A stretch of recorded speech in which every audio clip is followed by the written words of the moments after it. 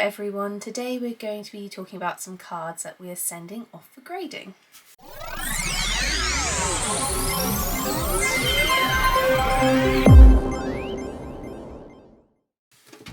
So the cards that we're going to be sending off are, I think there's 7, 1, 2, 3, 4, 5, 6, 7.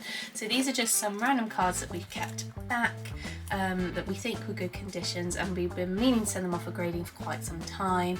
And really, PSA's wait time is ridiculous, so we've not done that.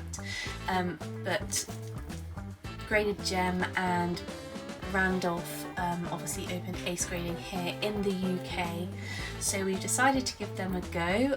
They did have some slots come up available, so we've popped ourselves in onto some of those, and we've just picked the standard service with the standard label. These particular designs don't actually have any special labels anyway, so we're just going to get a feel for the company and see what they come back like and if we like the service provided. So I'm going to go through and give my personal opinion on the grades of these cards, and see if I'm right and see if they come back anywhere close or I could be way off, so it'll be interesting to see. Apparently I'm told I'm quite a harsh grader, so we will see what I personally think. Show you guys up close. So we've got the Moltres first, which is a very cool card. I really do like this artwork. To be honest, all of these classic sort of artworks are quite good. So the centering is off on this card, but there's really not too much whitening considering it age. We've got a small chip here, here, and a small bit of whitening down there. As for the holo, it is quite good. Let me just take it from just to catch the light. There's definitely some print lines in there, but no major scratches. There is also a little dot here. Not sure if you can see that on camera, and then some silvering down the edges, but all in all, it's looking pretty good. As I said, for its age, centering off on both the front and the back of this card. I personally would probably grade it a 9. It'll be a very high 8 or low 9. The centering really is going to be what causes that card some issues. It is quite a way off. The next one here is this Kabutos. So again, all of these should be relatively good. We don't hold them back unless we think they're worth sending off. Obviously it does cost sometimes a fair amount of money if you want to send off cards.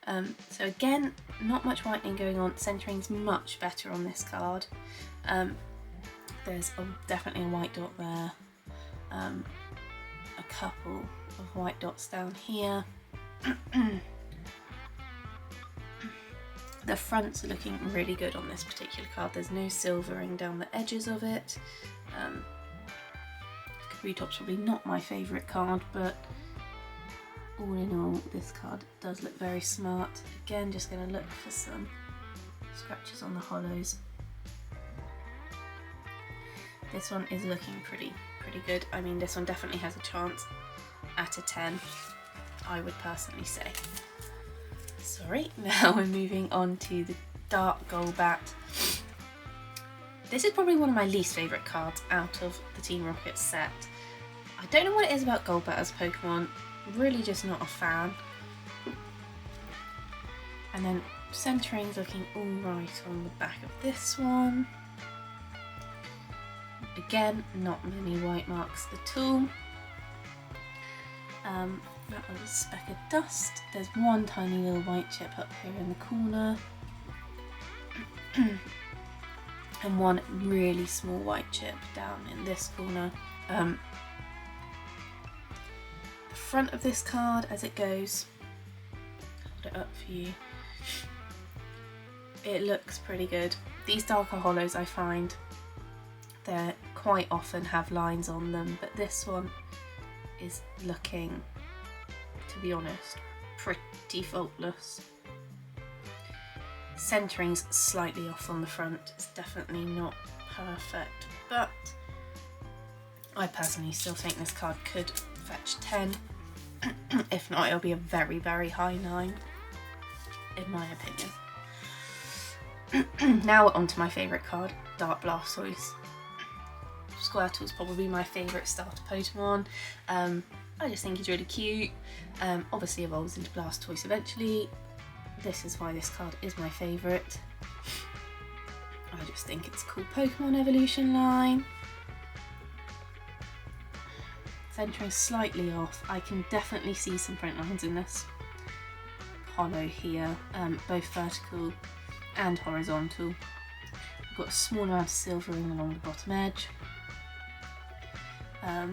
No marks on the holo, so that's always a good sign. If we switch over to the back, there's definitely some fading on the bottom here, which isn't great. Obviously means it's definitely not going to get a 10. Got a white chip here, a white chip here, some whitening down there. Centering is off, and then we've got some more fading if I look at it up in this corner here. So I expect this one will probably get a 9. It's definitely not going to come back as a 10. I hope it doesn't come back as an 8 because of that fading and the centering, but you never can tell. The holo, as I said, does have print lines. No major scratching though on any of these so far, which is obviously really good. Means whoever had them kept them in good condition. So next, moving on to Dark Gyarados. I think this is a really cool card as well. Not my favourite. Definitely Blastoise is still my favourite, but Dark Gyarados, you can't go wrong. You can look on the back. This back's pretty good, to be fair. There's not many white marks on it at all. Centering wise, it's okay. There's slight curvature of the card. I'm not sure at Ace if they take that into consideration or not, regarding bending, the way the cards are bent. Obviously it's still storage. Looking at it actually from different angles as I was doing that, there's a white mark here, there's a white mark here, and there's a small white mark up in this top corner as well. Switching it over to the front, again centering is okay. It isn't perfect, but it is quite good. We have some form of staining. I'm not actually too sure what that is going on the top, and I'm not sure how that affects the grading of cards professionally. It is something that I'm quite harsh with when I grade our cards for our personal collections, or when we're selling to you guys. We all have varying attitudes on it here at Pokastore.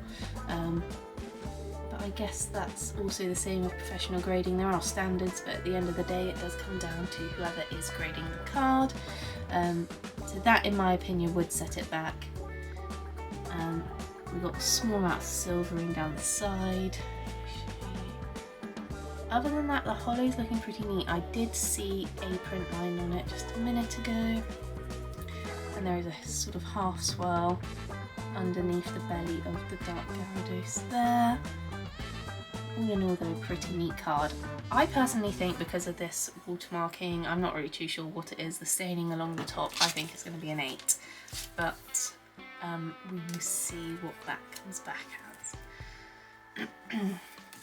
We've never sent any cards for grading before, so it'll be really interesting to see where our baselines are at and what these do actually come back as. So the next card is a Rocket Sneak Attack. A lot of these, as you can tell, are Rocket. Back's not perfect at all on this one. We've got some whitening over here, down here and across here.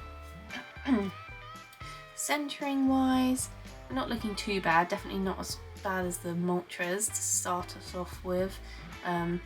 So that's a bonus, but definitely small white marks on there. Regarding the front, bit of a... I don't like these cuts when they're not using a sharp blade. It drives me absolutely insane, and you can tell they've got like a jagged edge at the bottom. I don't know, again, don't know how that affects grading.